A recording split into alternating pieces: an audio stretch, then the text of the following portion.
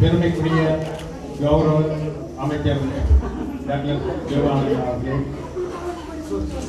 இன்றைக்கு சிறப்பு விருந்தினராக தனி அமைச்சர் சபை தலைவர் பசுபதி சீவரட்னம் அவர்களே மற்றும் இங்கே வருகை தந்திருக்கின்ற தோழர் பாலா, ஸ்ரீதரன், சுரேஷ் மற்றும் இங்கே வந்திருக்கின்ற அனைத்து மக்களுக்கும் எனது முதற்கண் மனமார்ந்த வணக்கத்தை தெரிவித்துக் கொள்கிறேன். இன்றைய இந்த நிகழ்விலே நான் தலைமை வாங்குவதில் மகிழ்ச்சி அடைகின்றேன். நிச்சயமாக எங்களுடைய கிராமத்திலே அரசியல் தலைவர்கள் இந்த கிராமத்தினுடைய தேவைகள் பற்றி நான் அன்றைய கூட்டத்திலே ஒரு மனிதர் கையளித்திருந்தேன். இருந்தாலும் இன்றைக்கு நான் கையளிக்க வேண்டும் என்று இருந்தாலும் உண்மையாக நான் அதை மிக ஒழுங்குபடுத்தி அமைச்சருடைய கைக்கு சேர்க்கின்ற வண்ணம் எங்களுடைய தேவைகளை ஏன்னு சொன்னால் நாங்கள் ஒரு குறிப்பிட்ட இருந்தார்கள். ஆனால் இதுதான் இப்படி ஒரு கூட்டம் என்று நான் எதிர்பார்த்து வரவே இல்லை. பார்த்த சந்தோஷம். இதுல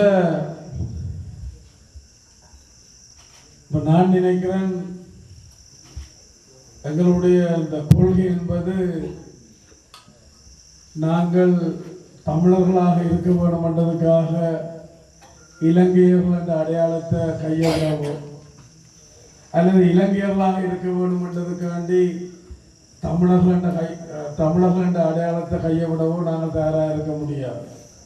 தமிழர்களாகவும் அதே நேரத்தில் இளைஞர்களாகவும் இருக்க வேண்டும் என்பதுதான் ஒரு சரியான அடையாளமாக அல்ல ஒரு சரியான கொள்கை இலக்காக இருக்க முடியும் என்று நான் நம்புறேன். இப்போ என்னுடைய இந்த கருத்துக்கள் அல்ல என்னுடைய கொள்கைகள் என்பது ஒரு எழுந்தமானமானதாக இல்லை. அல்லது நான் வெளிநாட்டில் இருந்துட்டு வந்தோம் அல்லது ஆகாயத்தில் இருந்து வந்தோம் நான் இதை சொல்ல இல்லை. என்னுடைய அனுபவங்களுக்கு கூடாகத்தான் சொல்றேன். இல்லை இப்போ கிபி தோழர் இந்த மாகாண சபையை பற்றி சொன்னார். மாகாண சபை என்னுடைய ஒரு கனவாகத்தான் இருந்தது. மாகாண சபை என்பது என்னுடைய ஒரு கனவு. உங்களுக்கு தெரியும், அந்த இந்தியாவில் தமிழ்நாட்டில் எம்ஜி ராமச்சந்திரன் என்று சொல்லி ஒரு நடிகரும் முதலமைச்சராகவும் இருந்தவர் எம்ஜிஆர் என்று நாங்கள் சொல்றது. அவர் அங்கே அந்த சத்துணவு திட்டம் ஒன்று அறிவித்தவர். அப்போ அந்த நேரத்தில் எல்லாரும் அதை கிண்டலாக கேலியாக தான் பார்த்தார். ஆனால் அந்த மனுஷன் அதை தமிழ்நாட்டில் நடைமுறைப்படுத்தி இருக்கிற இன்றைக்கு நடைமுறையில் எந்த மாநிலங்கள்லையும் அதை செய்ய முடியலை. இந்தியாவில் 25 மாநிலங்கள் இருக்குது, எங்கேயும் யாராலையும் செய்ய முடியலை. ஆனால் எம்ஜிஆர் என்ற மனுஷன் தமிழ்நாட்டில் அதை செய்து முடிச்சிருக்கிறார். அப்போ அதுக்கு அந்த அக்கறையும் அந்த ஆற்றலும் இருக்க வரும். அக்கறை மாத்திரம் இருந்தால் போதாது, ஆற்றலும் இருக்க வரும்.